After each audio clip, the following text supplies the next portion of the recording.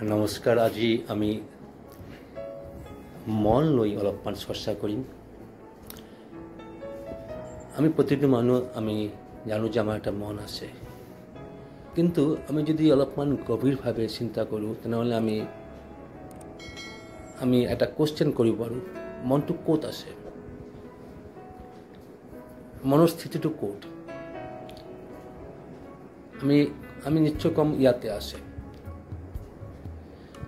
আমি ফিল কৰোঁ, সঁচাকৈ আমি ফিল কৰোঁ ইয়াতে কিবা কষ্ট হ'লে, কিবা দুখ হ'লে বা ভাল লগা হ'লে, কিবা এটা তৃপ্তি পালে ইয়াতে, কিন্তু আমি মনটো দেখাব নোৱাৰোঁ।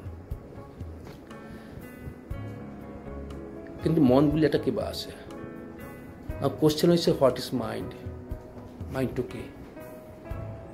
মাইণ্ডটো হৈছে ক্লাষ্টাৰ অফ থটছ, চিন্তাৰ সমষ্টি। বহুত চিন্তা লৈ মাইণ্ড তৈৰি হৈছে। যেনেকুৱা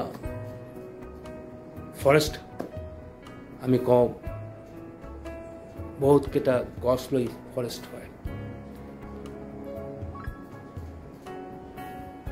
তেনেধৰণে বহুত চিন্তা লৈ মন। আমাৰ ভিতৰত প্ৰতিনিয়ত চিন্তা উঠি থাকে, আৰু ক'ৰ পৰা চিন্তা উঠিছে আমি ক'ব নোৱাৰোঁ, কিন্তু উঠে। কিবা এটা টেনশ্যনৰ চিন্তা, কিবা এটা ভাল চিন্তা উঠি আছে, কিন্তু চ'ৰ্চটো ক'ত?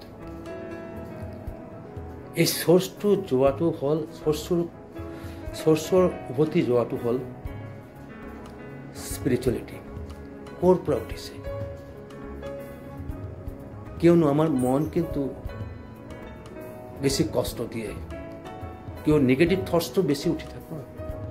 তো নিগেটিভ থটছটো আমাৰ যেতিয়া কমাব বিচাৰোঁ, আমি কিন্তু বাহিৰৰ পৰা, এনেকুৱা গছ এটা বাহিৰৰ পৰা আপুনি ছাটি দি আছে,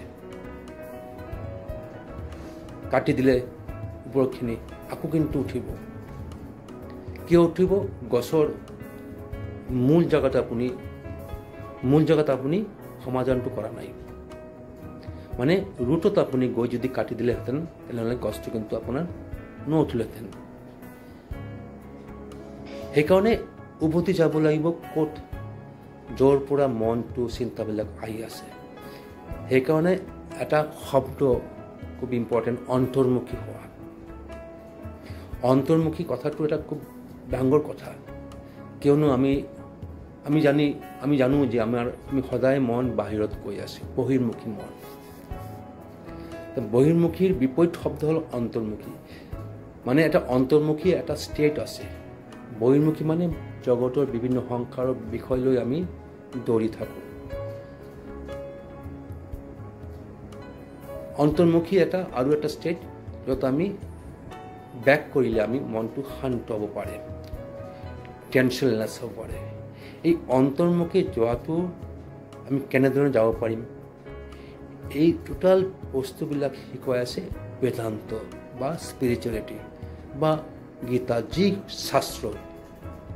শাস্ত্ৰ গ্ৰন্থই হওক, এইটো শিকোৱাই আছে। আজি ইয়াতেই শেষ কৰিছোঁ। নেক্সট আমি আৰু এটা বিষয় লৈ আহিম। ধন্যবাদ।